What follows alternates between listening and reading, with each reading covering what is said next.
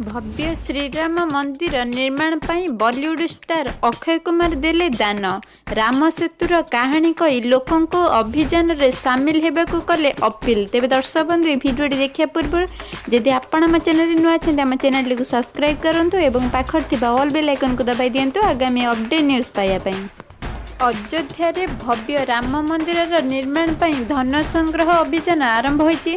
जेउ अभियान रे सामिल हेबा सह लोके निज क्षमता अनुसार दान करुछंती। आउ एही तालिका रे जोड़ी होईचंती बॉलीवुड रा खिलाड़ी स्टार अक्षय कुमार। राम मंदिर निर्माण पाई अर्थ दान करबा सह भिडियो जारी करी समस्त को एही अभियान रे सामिल हेबाकू अपील करिसंती अक्षय।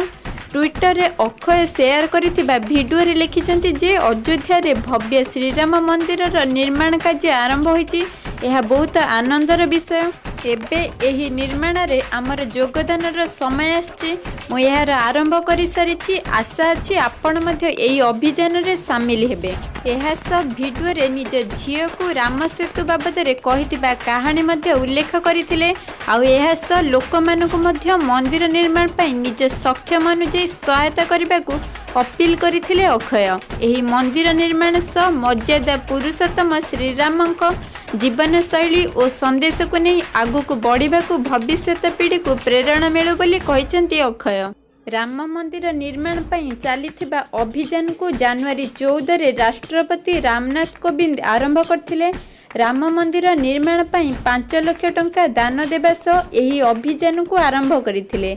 यहाँ पर विभिन्न राज्यर मुख्यमंत्री सांसद बड़ बड़ शिल्पपति एपरिकी साधारण लोके मध्य निज क्षमता अनुसार भव्य राम मंदिर निर्माण पई दान देउछंती।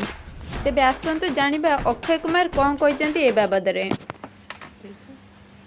कल रात मैं अपनी बेटी को एक कहानी सुना रहा था, आप सुनेंगे। तो जी ऐसा था कि एक तरफ वानरों की सेना थी और दूसरी तरफ थी लंका और दोनों के बीच में महासमुद्र। अब वानर सेना बड़े बड़े पत्थर उठाकर समुद्र में डाल रही थी। राम सेतु का निर्माण कर सीता मैया को वापस जो लाना था। प्रभु श्री राम किनारे पर खड़े सब कुछ देख रहे थे। तभी उनकी नजर पड़ी एक गिलहरी पर। गिलहरी जो थी वो पानी में जाती, फिर किनारे पर आती, रेत में लौट जाती थी, फिर राम सेतु के पत्थरों की ओर फिर भागती, फिर से पानी में जाती, फिर रेत में, फिर पत्थरों पर। राम जी को आश्चर्य हुआ कि ये हो क्या रहा है। वो गिलहरी के पास गए, पूछा तुम गिलहरी कर क्या रही हो। गिलहरी ने जवाब दिया कि मैं अपने शरीर को गीला करती हूँ, उस पर रेत लपेटती हूँ और पत्थरों के बीच की जो दरारें हैं उसको भरती हूँ। राम सेतु के निर्माण में मैं भी अपना छोटा सा योगदान दे रही हूँ।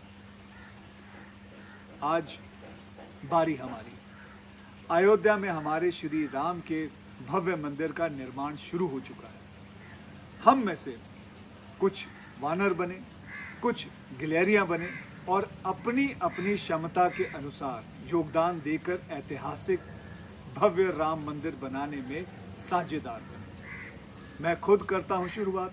मुझे विश्वास है कि आप भी मेरे साथ जुड़ेंगे ताकि आने वाली पीढ़ियों को इस भव्य मंदिर से मर्यादा पुरुषोत्तम राम के जीवन और संदेश पर चलने की प्रेरणा मिलती रहे। जय श्री राम। तेबे दर्शक बंधु भिडियोटी को बहुत मात्रा लाइक करिया सहित खबर टी अति मात्रा शेयर करी समस्त जणाई दिंतु। आ जदि आपण आम चैनल नुआ आम चैनल को सब्सक्राइब करंतु। रोजु धन्यवाद। जय जगन्नाथ।